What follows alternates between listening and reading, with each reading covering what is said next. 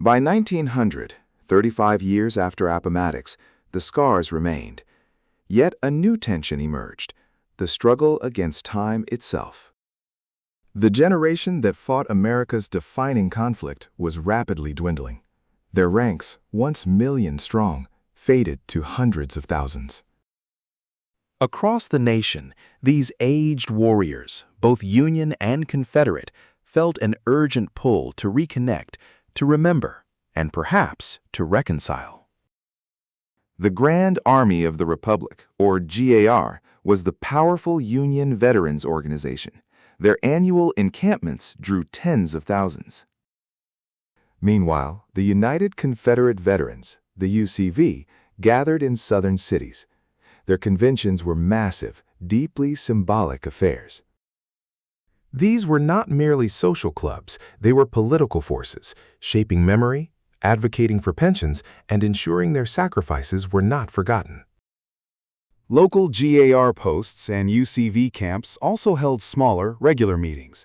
These brotherhoods sustained men who had seen unspeakable horrors. By the 1910s, the call for grand, unified reunions grew louder.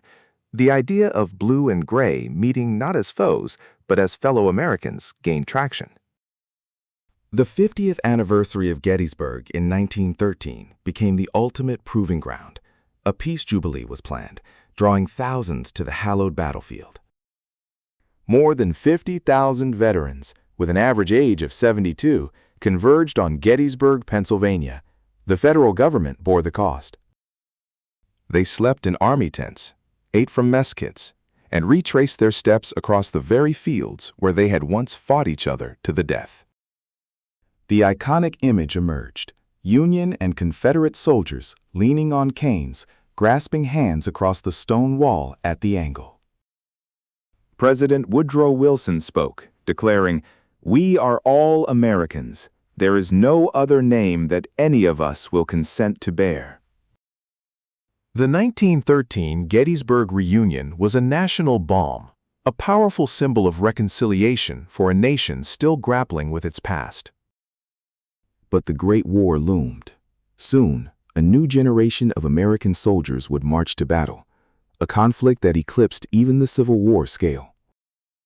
For the Civil War veterans, now in their 70s and 80s, the world changed around them.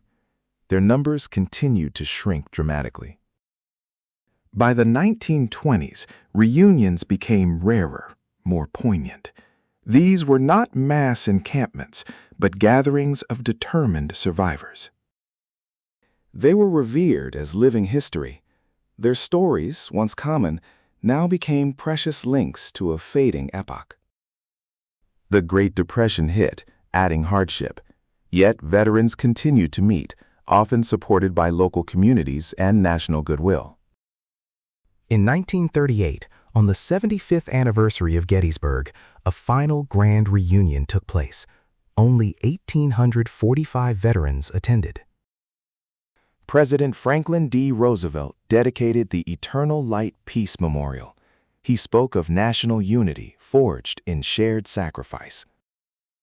Again, the blue and gray shook hands, now frail men in their 90s, symbols of endurance and a closing chapter.